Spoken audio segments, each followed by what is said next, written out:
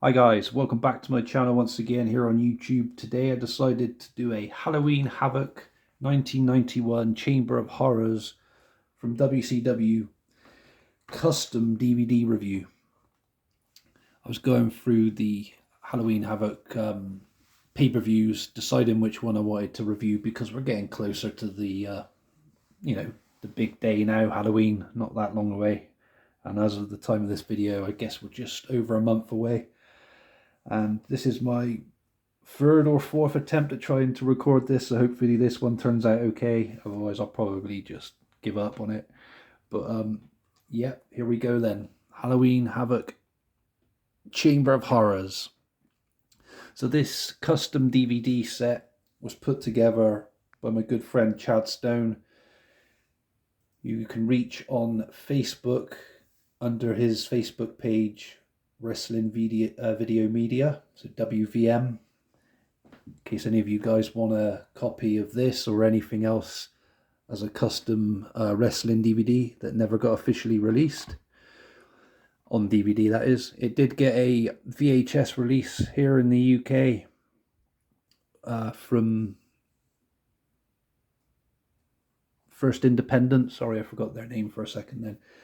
But yeah, here's the front cover artwork for the custom DVD release. It's very similar to the VHS, except the picture of Luger's different and the text's in red instead of white.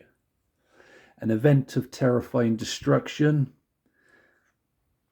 So we got Luger, Simmons, Sting, the Steiners, Dustin Rhodes, Stunning Steve, and El Gigante, plus many more stars of WCW. PG, and the VHS got a PG certificate as well in the UK. There's the disc for you disc whores out there. There's the spine, and here's the back. Now I think the artwork for this could possibly be the same as the US VHS release of this.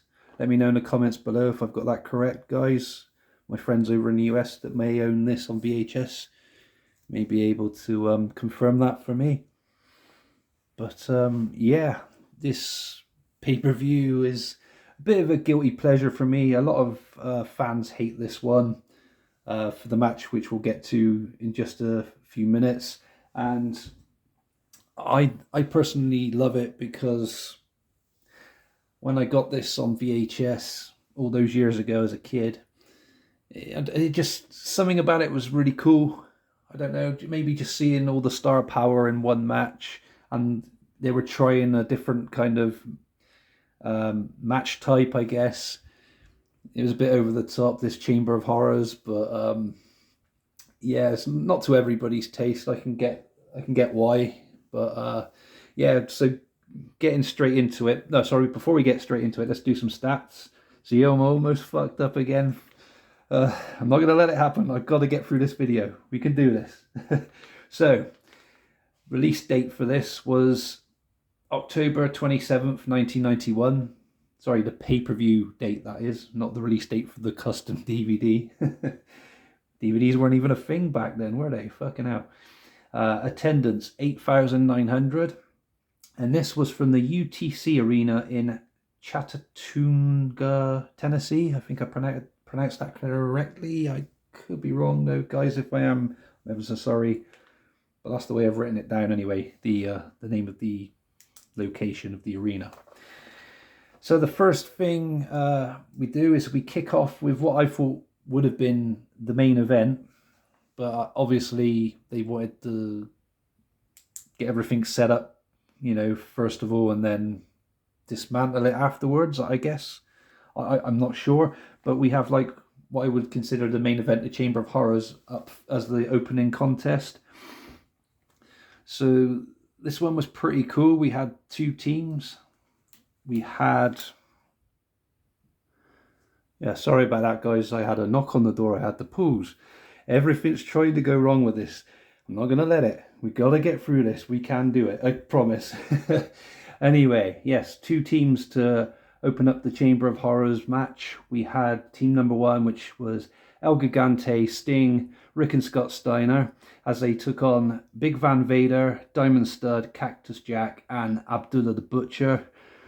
Now, as I was saying earlier, lots of people absolutely hate this. Lots of fans just turn this one away and they're just disgusted with it. I can understand why. It's not like a proper wrestling match. It's just a complete clusterfuck. It's a mess. It's all over the place. We've got, well, first of all, we've got a referee wearing this helmet and a camera on top of it. So it's like a cyclist helmet with a camera fitted to it. And it's called the referee cam. So maybe that was like revolutionary technology for the early 90s, or an attempt at it anyway for wrestling. And yeah, I guess it was a good idea for back then, but looking back on it now, it's a bit cheesy and over the top. And throughout this match and another match later on, which we'll talk about, the referee cam wasn't picking up good angles. It was just missing out certain key parts of matches, of the two matches. And yeah, as I said, it was quite a fun idea, but very questionable. We had various weapons in the match as well. One that stood out in particular was a chainsaw, which Rick Steiner tried to start up and on the outside of the chamber and bring it in to use. I forgot to say, the main concept, the main way of winning this particular match, Chamber of Horrors, you had to put your opponent in the chair, like one of the opposing team's opponent in the chair, and pull the lever to electrocute them like an execution style chair. Like, so basically you had to murder your opponent, or so it seems. And yeah, very, very strange. I know. And that brings me back to what I was discussing last week when I said about the zombie thing, with zombies being in WWE in 2021 in that WrestleMania Backlash pay-per-view. But I can tolerate this more than that. I can, you know what I mean? I can let this slide,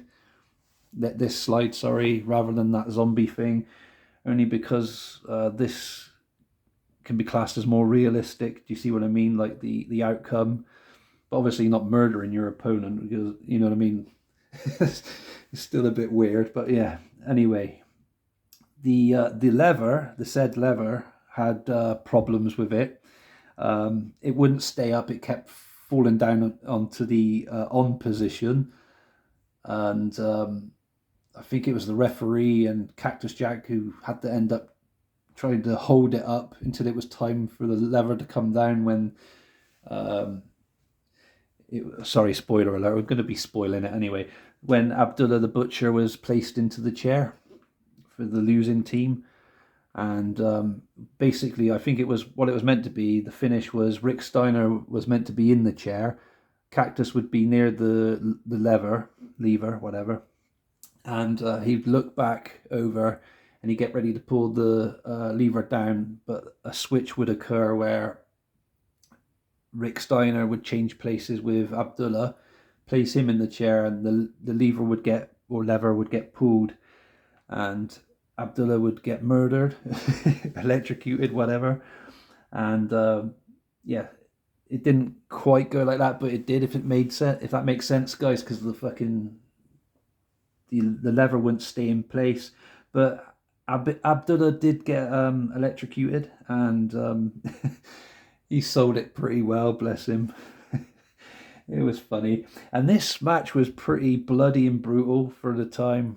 And as I said, it was only a PG release certificate and not a 15 or an 18, which was very shocking. Sorry about the pun there, shocking. And yeah,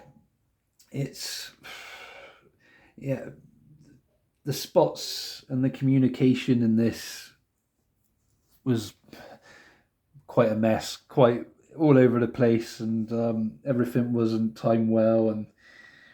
but I enjoyed it. That's the main thing, which is very rare. I'd say that about a terrible match. And I think why I enjoyed it so much was because, like I said, it holds a kind place in my heart from my childhood, watching back the VHS of it and having the action figures by Galoob, I think they were, and playing with them in the WCW ring with the red steel cage thing around that you could fit onto the ring. Yeah, they were the days. I do miss those. And yeah, it was just like bringing back those kind of memories for me. So yeah, a lot of people shit on this, as I said, but I don't mind the Chamber of Horrors match. I'm going to give it a 2.5 out of 5, only because of that nostalgic kind of feel to it, and because it's like a guilty pleasure for me. But I'll be fair with you and honest, it's terrible. It's so bad it's good. Maybe worth checking out. You might like it, you might not, but I give it a 2.5 out of 5, that match. Moving on, we had a tag team called The Creatures take on PN News and Big Josh in a okay-ish tag team match, I guess. I scored that one 2 out of 5 stars. We had next up Bobby Eaton take on Terence Taylor of the York Foundation. I always did like the York Foundation in WCW, and the computer that helped Michael Wall Street win his matches. It was way ahead of its time, and yeah, they were a very rich company kind of gimmick, and yeah, I thought it did well. I did like it, and you know, as a gimmick and everything else. Terence Taylor, I was going to say Terry Taylor, but yeah, Terence Taylor was a good member of the York Foundation. And yeah, they put on a good match, him and Bobby Eaton. I gave this one a 3.5 out of 5. And next up we had Johnny B. Bad versus Jimmy Garvin. Jimmy Garvin of the Fabulous Freebirds. Not a lot to report here, really. Just your average mid-card match. 2.5 out of 5 stars, I gave that one. Next match was pretty cool, and I really did enjoy it. We had Stunning Steve Austin versus Dustin Rhodes in a television championship match. Both got colour in this match, which again questions that PG rating which the VHS tape got. How that passed the BBFC boards here in the UK and only got a PG certificate slapped on it is beyond me. Even with the logo being Chamber of Horrors with blood, you know what I mean, blood splats on it, should have been like sending alarm bells ringing to the BBFC people. Gave this a PG certificate. This should have been at least a 15, if not an 18. The amount of blood in the Chamber of Horrors match and this match was just incredible. Just incredible wrestler. Here we go. Was just stunning for the time. And you go, another pun, Stunning Steve Austin. Right, there we go. Shut up, buddy. Let's get on with this. But yeah, very shocking. There you go, another pun. Shut up, move on. But yeah, both got colour in this match. And yeah, it was all around a fantastic match, to be honest with you guys. It's a shame it ended in a time limit draw, though. I think it was a 15-minute time limit for it. And yeah, if it wasn't for that, I would have scored it higher than a 4 out of 5 stars. I probably would have pushed to a 4.5, maybe even a 5. It was that good. And some great wrestling, great chain wrestling between both Steve Austin and Dustin Rhodes. Next up, we had Oz, who you guys might know as Diesel and Kevin Nash. Terrible gimmick. Very terrible gimmick. Anyway, he took on Bill Kazmaier, who was like this strong man, world's strongest man for the time. I don't know if he'd ever won anything for that. I'm pretty sure he may have done. But yeah, this guy was huge, really muscly, like Scott Steiner kind of build, I guess. And yeah, these two, for both big guys, they had a okay-ish match, but it was very short. And but I didn't mind it. You know, some fans might think, yeah, it was a load of shit, a waste of time, but I didn't mind it. I gave it a 2.5 out of 5. Kazmaier picking up the victory by having Kevin Nash submit to, I think it was a torture rack. How he managed to get the near 7 foot Kevin Nash on his shoulders is beyond me. But then again, he was a strong dude, wasn't he? So next up we had Van Hammer, Heavy Metal Van Hammer, taking on Doug Somers. And this, again, was just another typical filler, mid-card filler match. It was terrible, though, guys. There was quite a few quite a few botches in this match and blown spots. Sorry, I'm just reading my notes. I can't even read my own writing. I do like Van Hammer, but he wasn't very good in this match at all, and he pretty much dropped poor Doug Somers on his head for the finish, and could have ended up seriously injuring him, or if not, KILL in him. But yeah, 1 out of 5 stars. I give that one, guys. Next we had Richard Morton of the York Foundation against Brian Pillman, Flying Brian Pillman, for the inaugural light heavyweight championship of WCW. So this was evenly matched, but this is another one that had that referee cam that I was talking about earlier, and it kept, I don't know, it just kept missing certain spots, but on the replays it would pick up on those spots again, so you get to see it more clearer and using a better angle, if that made sense. And yeah, that was the only thing that was annoying about that match, but it was a pretty cool light heavyweight championship bout between both Morton and Pillman. I give it a 3 out of 5 stars. Next we had the Halloween Phantom against Z-Man Tom Zenk. Terrible squash match. There was all this mystery of who's the Halloween Phantom, and it was a bit fucking obvious because of the move set and the build, and obviously there was massive hole in the mask at the front, revealing a big moustache, and you could clearly see it was ravishing Rick Rude. And yeah, he pretty much squashed Z-Man, and yeah, just terrible match. 1 out of 5 stars, guys. Tag team championship match. Next we had the Enforcers, Arn Anderson and Larry Zbyszko, take on the Patriots, Fire, Breaker Chip and Todd Champion. Very poor tag team championship match, unfortunately. I just found it boring, and a better team could have taken on Anderson and Zbyszko, in my opinion, but a lot of the top stars were taken in other matches throughout this pay-per-view, and or may have been injured as well. So we had to make do with, Firebreaker Chip and Todd Champion, the Patriots. But you didn't really cut it as a good tag team for me. Even though you would have your promos about encouraging kids not to play with matches and shit like that, which was a good idea for back then. But looking back at it now, you weren't worthy of the tag team championships in WCW. Just my opinion, though, guys. Anyway, we're on to the main event now. Lex Luger putting his World Heavyweight Championship on the line against the All-American Ron Simmons in a 2 out of 3 falls match. So this one was a very good main event, and I was very happy with it. Both wrestlers were good.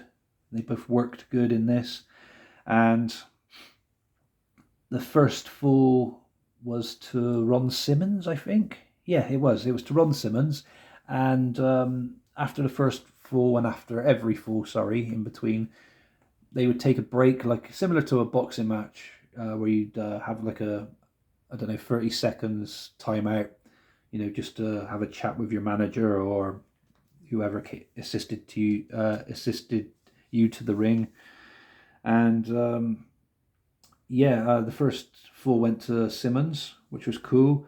Then there was this rule in WCW in the early days of WCW. If you throw your opponent over the top rope, it would result in a disqualification, which to this day is a very bizarre rule, I know, guys. But Simmons did just that, though. He launched Luger over his shoulders in the air and then over the top rope, which resulted in a DQ to Simmons, which put the match at one apiece, one fall apiece.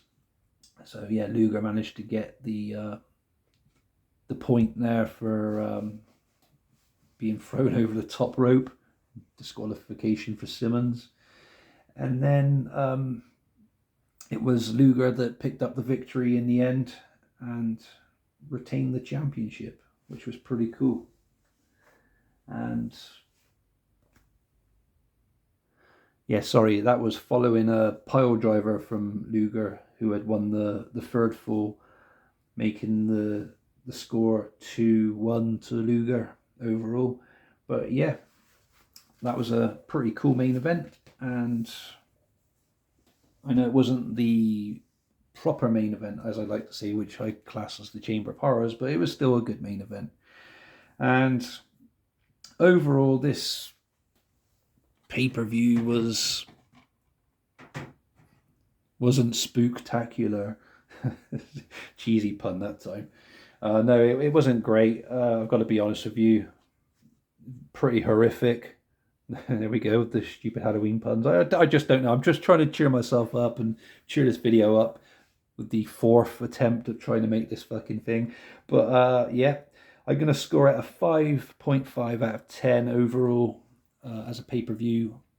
Like I said, a couple of good matches for me. Chamber of Horrors I enjoyed, Guilty Pleasure, and Luger Simmons was good. Richard Morton against Brian Pillman for the light heavyweight championship was pretty awesome. I'd say one of the best matches on this pay-per-view was Steve Austin against Dustin Rhodes for the television championship. Just a shame it was a draw. But other than that, yeah, guys, check it out if you haven't done so already. If you're new to wrestling and you want to look at some old pay-per-views, especially WCW in particular, yeah, check it out. Why not? Give me a thumbs up if I deserve one already. Subscribe if you feel, you want to after this disastrous review. And comment as well, please. And I'll catch you guys again soon in another video. Goodbye for now.